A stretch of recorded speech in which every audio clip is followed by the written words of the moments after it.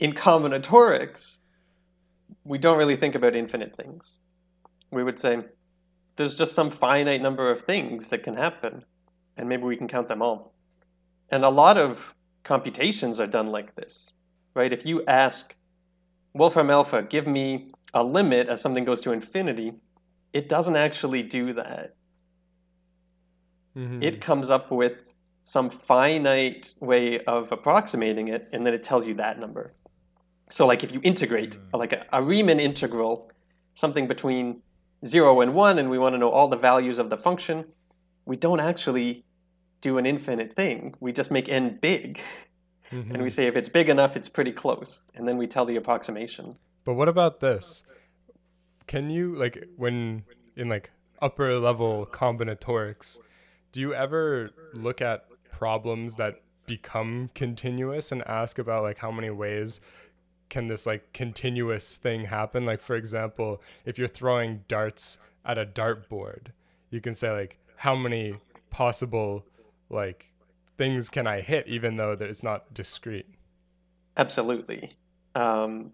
We have ways to sort of model probability based on a uniform distribution, uniform with respect to area. So we would say if we have a certain area that we might hit and we section it off into equally sized wedges, we should be equally likely to hit each of those wedges. Or if there's a very small bullseye, the probability of landing there should relate to the area of the bullseye compared to the total area. Right. But you can't really say But even anything in about an individual shot.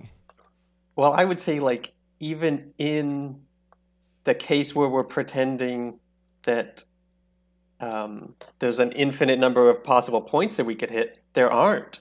Like the physical reality of atoms is that there's some finite number Right. of things that That are is in right. there. Also, like And also like if we're getting that specific, then like even the tip would take up like quite a few hundred atoms, if not quite a few 100,000 Right. atoms. Okay. So then like we would be subtracting it from there. So I like, guess we you're would counting like the area of the tip of the dart in terms of like square atoms. square atoms. I guess that would be one metric to use, Yeah. right, for probability. Because I mean, I guess yeah. So if you're trying to model something like that into a probabilistic nature, like I guess everything at the end of the day can be seen as some sort of because I guess at the end of the day, if you just take the full area, like let's say the area of this circle is like 5 square centimeters. Wait, would like the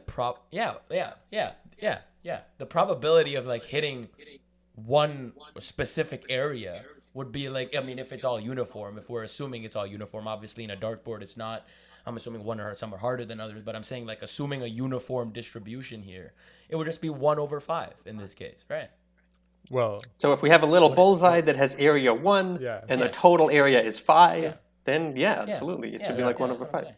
Yeah. So I mean, it would be a pretty straightforward, just a area calculation, Yeah. I guess. Yeah. Exactly.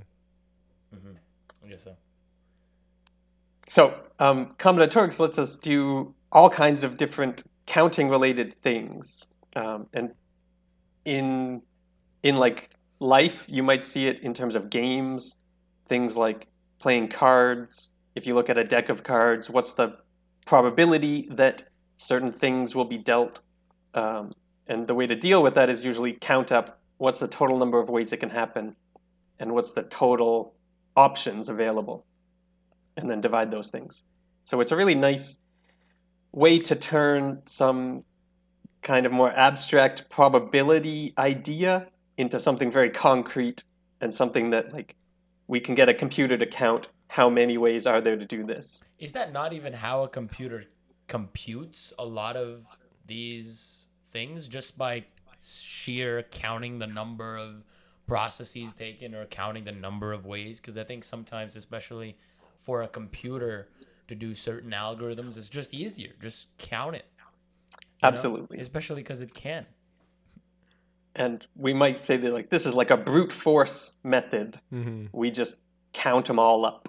And if you ask a computer to integrate some function on some interval, it will break it up into some number of pieces and then add up all the values and then tell you that number.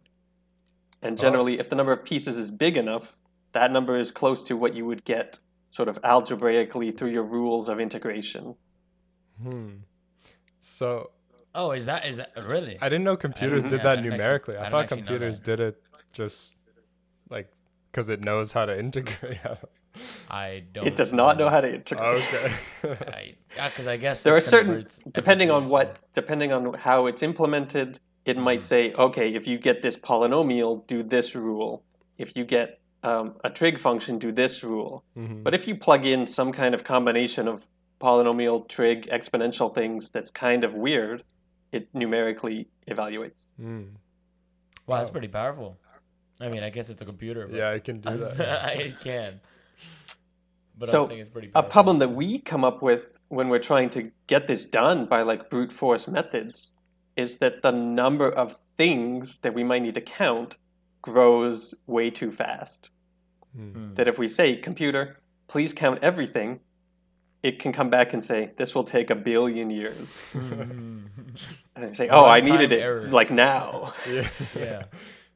So then a lot of our work in combinatorics is to reduce the number of cases that we need to check, or somehow do like a clever counting so that we don't need to brute force do everything, that we can get all possible cases without spending 1 billion years enumerating all of them. So what would be like an example of one of these things that just can't be computed? Or, well, it can, but just takes a really long time. Something as easy as 52 factorial. Don't you know about that whole Absolutely. thing? Oh, you can't do that? No, Oh. you cannot. Computing, so like the whole thing is like, because 52 is like the number of cards in a deck, so it's like a famous number. So the whole thing is Wait, so 52 factorial represents, can you tell me?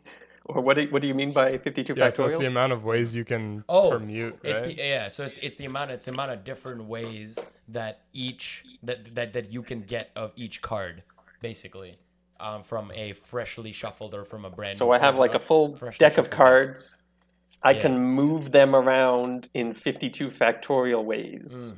So that after Nice. shuffling, Concise there way to is say it. some order to the cards. And you're saying there's 52 factorial different ways that can happen. And this 52 factorial is like 52 times 51 times 50, all the way down to times 2 times 1.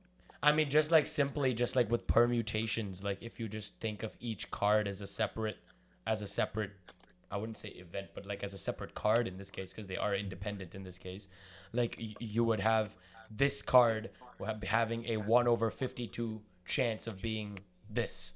And then the next card can't be this one anymore, so it has a 1/51 chance of being this.